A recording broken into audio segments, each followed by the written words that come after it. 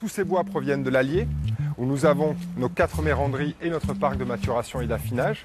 Donc ces bois vont passer 24 à 36 mois sur parc pour leur maturation, pour affiner les tanins, les arômes. Du chêne sur pied dans l'Allier à la barrique en Gironde. Un long processus de maturation et de transformation des planches de Meyrin en douelle.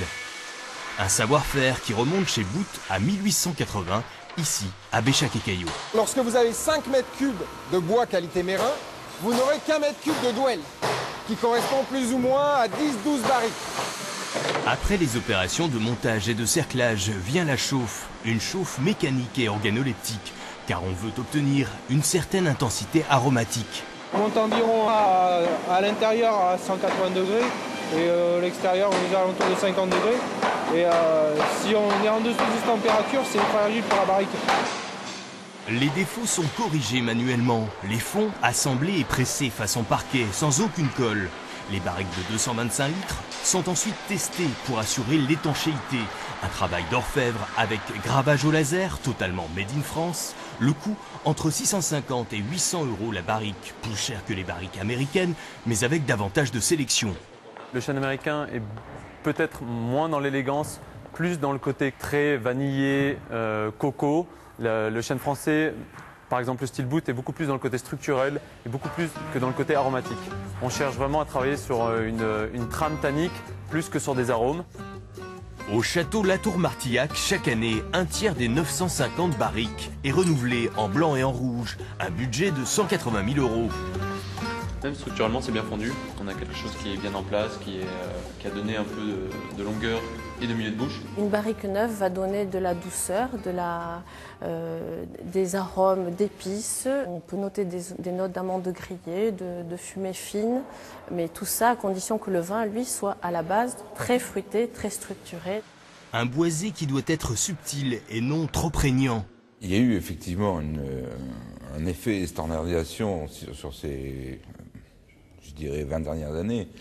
Mais aujourd'hui, on revient beaucoup plus à la typicité du terroir.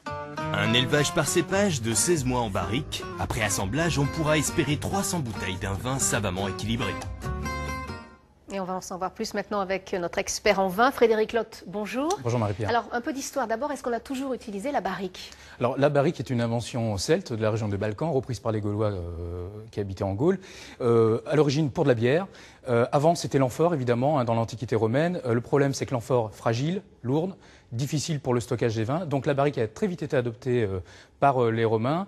Et la barrique en tant que contenant pour élever les vins, il faudra attendre la fin du XVIIIe siècle. Alors la barrique, c'est du bois, on parle beaucoup des vins boisés. Est-ce que c'est toujours à la mode? Que pensez-vous de ce phénomène? Alors vous faites allusion certainement au mode de la parkérisation, ce phénomène, une mode, oui, critiquée, contestée, une mode qui est intervenue au début des années 80 et qui était en fin de compte une réponse pour les Américains qui avaient un goût prononcé pour les vins très vanillés, très toastés, très structurés, autant dire des vins bodybuildés, au détriment malheureusement de la finesse des vins et de la typicité des appellations et des châteaux. Heureusement, aujourd'hui, les châteaux en ont pris conscience et ont préféré revenir à des vins beaucoup moins maquillés. Est-ce qu'il y a d'autres techniques que la barrique? Est-ce qu'on peut boiser les vins par d'autres moyens? Alors, il y a d'autres systèmes d'aromatisation des vins, effectivement. Les copeaux de chêne, soit en sur de bois de chêne, soit en extrait de liquide de chêne, interdite évidemment pour les vins d'appellation d'origine contrôlée, mais qu'on peut voir pour les vins du Nouveau Monde, pour le Languedoc-Roussillon qui l'utilise pour ses vins de table et ses vins de pays.